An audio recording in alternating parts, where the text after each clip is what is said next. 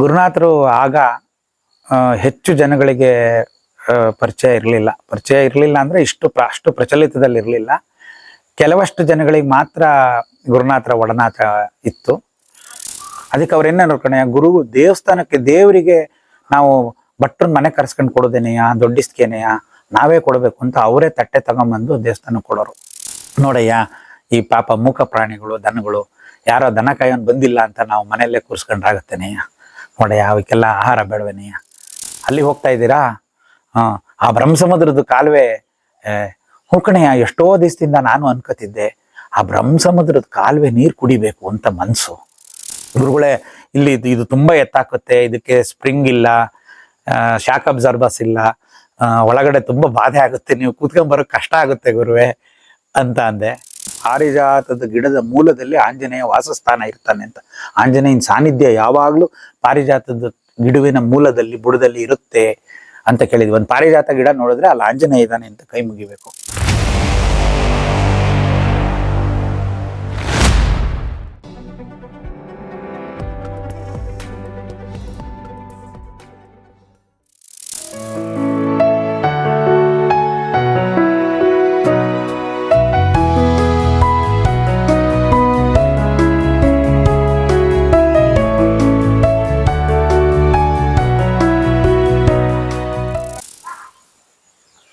ಸ್ವಾತ್ಮಾರಾಮಂ ನಿಜಾನಂದಂ ಶೋಕಮೋಹ ವಿವರ್ಜಿತಂ ಸ್ಮರಾಮಿ ಮನಸಾ ನಿತ್ಯಂ ವೆಂಕಟಾಚಲ ದೇಶಿಕಂ.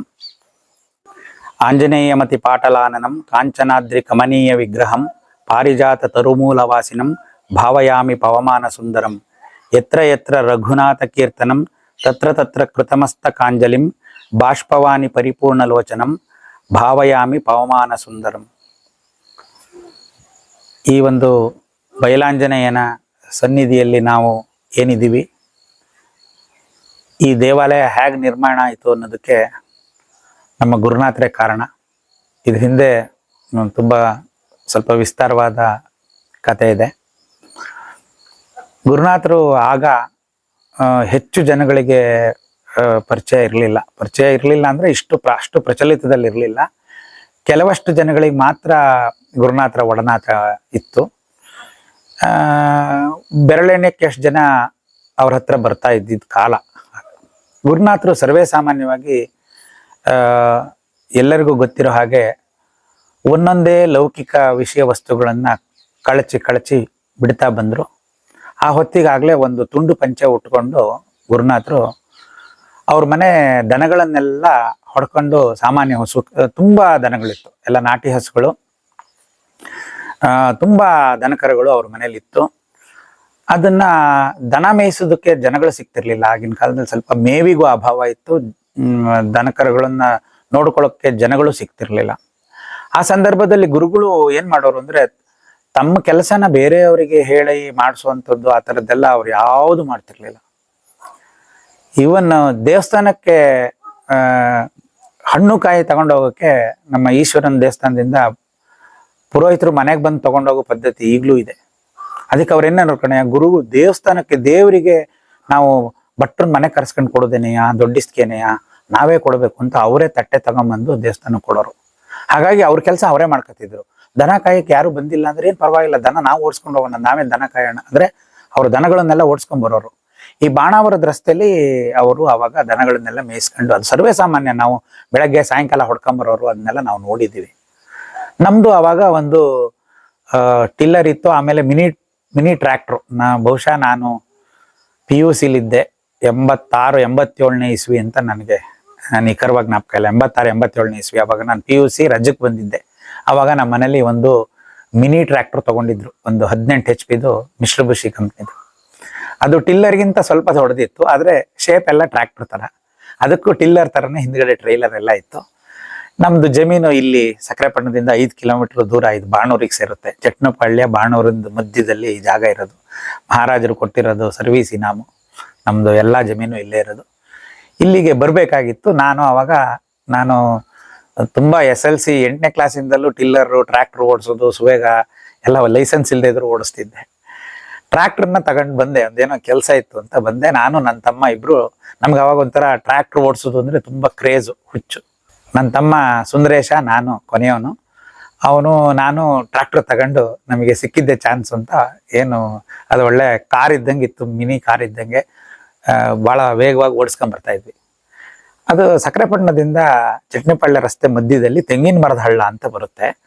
ಆ ತೆಂಗಿನ ಮರದ ಹಳ್ಳದ ಹತ್ರ ಬಂದು ನೋಡಿದ್ರೆ ಅಲ್ಲಿ ದನಗಳು ನಿಂತಿದ್ದಾವೆ. ನಮ್ಮ ಗುರುನಾಥರು ಅಲ್ಲಿ ನಿಂತ್ಕೊಂಡ್ಬಿಟ್ಟಿದ್ದಾರೆ, ಒಂದು ತುಂಡು ಪಂಚ ಉಟ್ಕೊಂಡಿದ್ದಾರೆ, ಗುರುನಾಥರು ನಿಂತಿದ್ದಾರೆ. ನಾನು ಹೇಳಿದ್ನಲ್ಲ ನಮಗೆ ಮೊದಲಿಂದಲೂ ಅವ್ರ ಒಡನಾಟ ತುಂಬ ಜಾಸ್ತಿ ಅಂತ. ಅವರು ನೋಡಿದ ತಕ್ಷಣ ನಾವು ಗಾಡಿ ನಿಲ್ಸಿದ್ವಿ, ಟ್ರ್ಯಾಕ್ಟರ್ ನಿಲ್ಸಿದ್ವಿ. ಬಂದರು, ಹತ್ರ ಬಂದರು. ನೋಡಯ್ಯ, ಈ ಪಾಪ ಮೂಕ ಪ್ರಾಣಿಗಳು, ದನಗಳು, ಯಾರೋ ದನ ಕಾಯೋನು ಬಂದಿಲ್ಲ ಅಂತ ನಾವು ಮನೆಯಲ್ಲೇ ಕೂರಿಸ್ಕೊಂಡ್ರಾಗತ್ತೇನೆಯ್ಯ. ನೋಡಯ್ಯ, ಅವಕ್ಕೆಲ್ಲ ಆಹಾರ ಬೇಡವೇನೆಯ್ಯ. ನನಗೂ ಸ್ವಲ್ಪ ಜನ ಎಲ್ಲ ಬರ್ತಾರೆ, ನಾನು ಒಂದು ಸ್ವಲ್ಪ ಕಾಲಾಡಬೇಕು. ಹಾಗೆ ಬಂದೆ.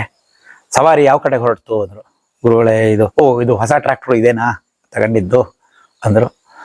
ಆಮೇಲೆ ಅವರು ಒಂಥರ ಸ್ಕ್ಯಾನಿಂಗ್, ಟ್ರ್ಯಾಕ್ಟ್ರಿಗೆ ಇಷ್ಟೇ ದುಡ್ಡು ಬಿತ್ತಲ್ವಾ ಅಂತ ಹೇಳಿದ್ರು. ನಂಗೆ ಸರಿಯಾಗಿ ಜ್ಞಾಪಕ ಇಲ್ಲ. ಕರೆಕ್ಟಾಗಿ ನಿಖರವಾಗಿ ಅದಕ್ಕೆ ಎಷ್ಟು ದುಡ್ಡು ಬಿದ್ದಿತ್ತು, ಎಷ್ಟಾಗಿತ್ತು ಟ್ರ್ಯಾಕ್ಟರ್ದು ಅದನ್ನು ಹೇಳಿದರು.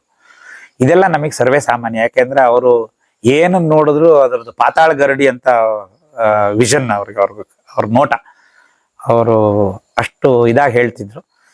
ಅದೆಲ್ಲ ನಮ್ಗೇನು ಅನ್ನಿಸ್ಲಿಲ್ಲ. ಅಂದ್ರೆ ನಾನು ಪಾತಾಳ ಗರಡಿ ಅಂದ್ರೆ ಈಗಿನ ಕಾಲದ ಜನಕ್ಕೆ ಗೊತ್ತಿರಲ್ಲ. ಯಾಕೆ ಅಂದ್ರೆ ಹಿಂದೆ ಎಲ್ಲ ನಮ್ಮ ಮನೇಲಿ ಬಾವಿ ಇರ್ತಿತ್ತು. ಬಾವಿ ಒಳಗಡೆ ಕೊಡದಲ್ಲಿ ನೀರು ಸೇತ್ತಿದ್ದು. ನೀರು ಸೇತ್ತಾ ಅವಾಗೆಲ್ಲ ನಲ್ಲಿಗಳಿರ್ಲಿ ಕಾಲ. ನಮ್ಮ ಮನೇಲೂ ಒಂದು ಬಾವಿ ಇದೆ, ಈಗಲೂ ಇದೆ. ಸಕ್ಕರೆಪಟ್ಟಣದಲ್ಲಿ ಸುಮಾರು ಮನೇಲಿ ಬಾವಿ ಇದೆ. ನೀರು ಸೇದ್ಬೇಕಾದ್ರೆ ಕೊಡಗಳೆಲ್ಲ ಬಿದ್ದೋಗೋದು, ಏನಾದ್ರು ಪಾತ್ರೆಗಳು ಇದ್ರಲ್ಲಿ ಬಿದ್ದೋಗೋದು. ಅದನ್ನು ತೆಗಿಬೇಕು ಅಂದ್ರೆ ಈ ಹಡಗುಗಳಿಗೆ ಹಾಕೋದು ಆಂಕರ್ ಇರುತ್ತಲ್ಲ, ಆ ಥರದ್ದು ಹುಕ್ಸ್ ಇರೋದಿರುತ್ತೆ, ಅದನ್ನ ಪಾತಾಳ ಗರಡಿ ಅಂತ ಕರೀತಾರೆ. ಅದನ್ನ ಹಗ್ಗಕ್ಕೆ ಕಟ್ಬಿಟ್ಟು ಬಾವಿಗೆ ಬಿಡ್ತಿದ್ವಿ. ಬಾವಿಗೆ ಬಿಟ್ಬಿಟ್ಟು ಚೆನ್ನಾಗಿ ಬಾವಿಲಿ ಗೊಟಾಯಿಸ್ಬಿಟ್ರೆ ಅದಕ್ಕೆ ಸಿಗಾಕೊಳ್ಳೋದು. ಎಲ್ಲ ಬಿದ್ದೋಗಿರೋ ಚಂಬುಗಳು, ಪಾತ್ರೆಗಳು ಎಲ್ಲ ಮೇಲೆ ಎಳೆದ್ರೆ ಬರೋದು. ಹಾಗೆ ಅಂದ್ರೆ ಅವ್ರ ನೋಟ ತೀಕ್ಷ್ಣತೆಗೆ ಅದೊಂದು ಉಪಮಾನ ಕೊಟ್ಟೆ. ಪಾತಾಳ ಗರಡಿ ಥರ ಅಂದ್ರೆ ಅವರು ಬರೀ ಒಂದು ಸಣ್ಣ ದೃಷ್ಟಿಯೊಳಗಡೆನೆ ಅದ್ರ ಒಳ ಹೊಕ್ಕು ನಮ್ದು ಮನಸ್ಸಿನ ಮರ್ಮ ಅರಿತಿದ್ರು ಗುರುಗಳು ಅಂತ ಗುರುನಾಥರು. ಆಮೇಲೆ ಗುರುಗಳು ಎಲ್ಲ ನೋಡಿದ್ರು, ಟ್ರ್ಯಾಕ್ಟರ್ನೆಲ್ಲ ಮುಟ್ಟಿದ್ರು. ಭಾಳ ಚೆನ್ನಾಗಿದೆ ಕಣಯ್ಯ ಅಂತ. ಸವಾರಿ ಯಾವ ಕಡೆ ಹೊರಡ್ತು ಅಂದರು. ಗುರುವೇ, ಜಮೀನ್ ಹತ್ರಕ್ಕೆ ಹೋಗ್ತಾ ಇದ್ದೀವಿ. ಓ, ನಿಮ್ದು ಬಾಣೂರು ಜಮೀನು, ಭಾಳ ವಿಶೇಷ ಕಣಯ್ಯ. ನಿಮ್ದು ಆಂಜನೇಯ ಎಲ್ಲ ಇದೆಯಲ್ಲ ಜಮೀನಲ್ಲಿ, ಅಲ್ಲಿ ಹೋಗ್ತಾ ಇದ್ದೀರಾ? ಆ ಬ್ರಹ್ಮಸಮುದ್ರದ ಕಾಲುವೆ.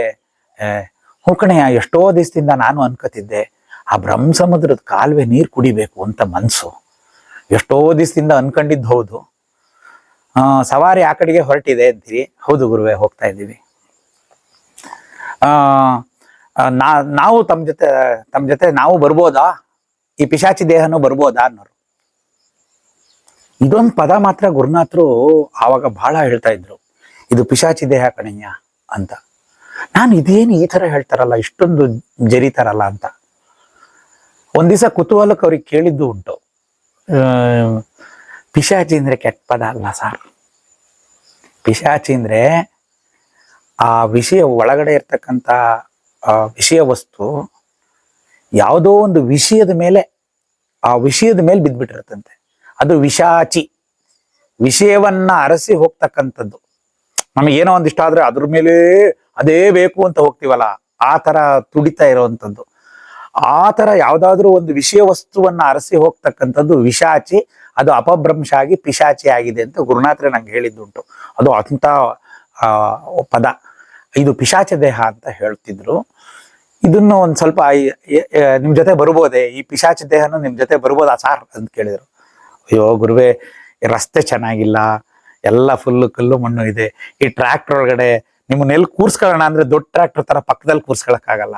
ಹಿಂದ್ಗಡೆ ಟ್ರೈಲರು ತೊಟ್ಟಿ ತರ ಇದೆ, ಅದ್ರಲ್ಲಿ ಕೂರ್ಸ್ಕೋಬೇಕು. ಅದರಲ್ಲಿ ಗುರುಗಳನ್ನ ಹೆಂಗೆ ಕೂರ್ಸೋದು? ಅದು ಅದ್ರ ಮೇಲೆ ಹತ್ತಿ ಅವ್ರು ಕೂರ್ಬೇಕು. ಗುರುಗಳೇ, ಇಲ್ಲಿ ಇದು ತುಂಬಾ ಎತ್ತಾಕುತ್ತೆ, ಇದಕ್ಕೆ ಸ್ಪ್ರಿಂಗ್ ಇಲ್ಲ, ಶಾಕ್ ಅಬ್ಸರ್ಬರ್ಸ್ ಇಲ್ಲ, ಒಳಗಡೆ ತುಂಬಾ ಬಾಧೆ ಆಗುತ್ತೆ, ನೀವು ಕೂತ್ಕೊಂಡ್ ಬರೋಕ್ ಕಷ್ಟ ಆಗುತ್ತೆ ಗುರುವೇ ಅಂತ ಅಂದೆ. ಇಲ್ಲ ಕಣಯ್ಯ, ಈ ದೇಹಕ್ಕೆ ಏನಯ್ಯ, ಇದಕ್ಕಿಂತ ಹೆಚ್ಚಿಗೆ ಎಲ್ಲ ಅನುಭವಿಸ್ಬಿಟ್ಟಿದೆ ಇದು ಅಂತ ಹೇಳಿ ಹತ್ತಿದ್ರು. ನಮ್ಮ ಸುಂದರೇಶ ನಾನು ಅವ್ರದ್ದು ಕೈ ಹಿಡ್ಕೊಂಡು ಹಿಂದ್ಗಡೆ ಟ್ರೈಲರ್ ಮೇಲೆ ಹತ್ತಿ ಹಿಂದ್ಗಡೆ ಟ್ರೈಲರ್ ಅಲ್ಲಿ ಕೂತ್ಕೊಂಡ್ರು.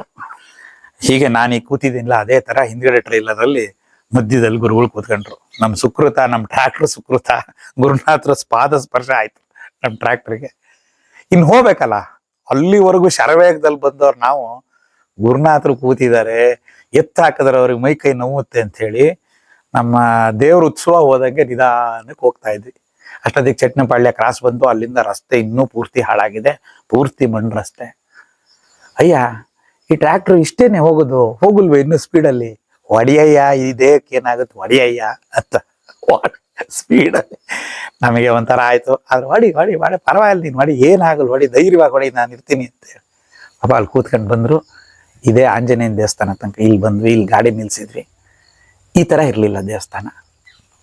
ಇದು ಬಯಲಾಂಜನೇಯ ಅಂತ ಬಯಲಲ್ಲಿತ್ತು. ಗಾಳಿ ಬೆಳಕು ಮಳೆ ಎಲ್ಲ ಇದ್ರ ಮೇಲೆ ಬೀಳ್ತಿತ್ತು. ಇದ್ರ ಹಿಂದೆ ಒಂದು ಪಾರಿಜಾತ ವೃಕ್ಷ ಇತ್ತು, ಪಾರಿಜಾತ ತರುಮೂಲವಾಸಿನಂ. ಅದು ಬರೀ ನಮ್ಮ ಪ್ರತ್ಯಕ್ಷ ನೋಡಿದ್ದು. ಇದ್ರ ಹಿಂದ್ಗಡೆ, ಈ ಆಂಜನೇಯನ ಹಿಂದ್ಗಡೆ ಪಾರಿಜಾತದ ಮರ ಇತ್ತು.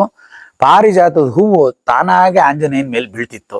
ನಾವು ಶನಿವಾರ ಪೂಜೆಗೆ ನಮ್ಮನ್ನ ಕಳಿಸೋರು, ನಾವು ಬರ್ತಿದ್ವಿ, ಹಣ್ಣು ಕಾಯಿ ತಗೊಂಬರ್ತಿದ್ವಿ, ಹೂ ತರ್ತಿರ್ಲಿಲ್ಲ. ಯಾಕೆಂದ್ರೆ ಅಲ್ಲಿರೋ ಪಾರಿಜಾತದ ಹೂನೇ ಹಾಕ್ತಿದ್ವಿ. ನಮಗೆ ಗೊತ್ತಿಲ್ಲ ನೋಡಿ, ಪಾರಿಜಾತ ತರುಮೂಲವಾಸಿನ, ಪಾರಿಜಾತದ ಗಿಡದ ಮೂಲದಲ್ಲಿ ಆಂಜನೇಯ ವಾಸಸ್ಥಾನ ಇರ್ತಾನೆ ಅಂತ.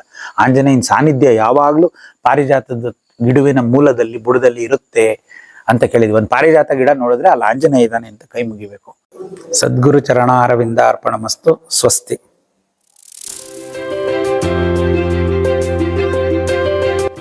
ದಯಮಾಡಿ ಲೈಕ್ ಮಾಡಿ, ಶೇರ್ ಮಾಡಿ, ಸಬ್ಸ್ಕ್ರೈಬ್ ಮಾಡಿ, ಮರೆಯದೆ ಬೆಲ್ ಬಟನ್ ಒತ್ತಿ. ಧನ್ಯವಾದಗಳು.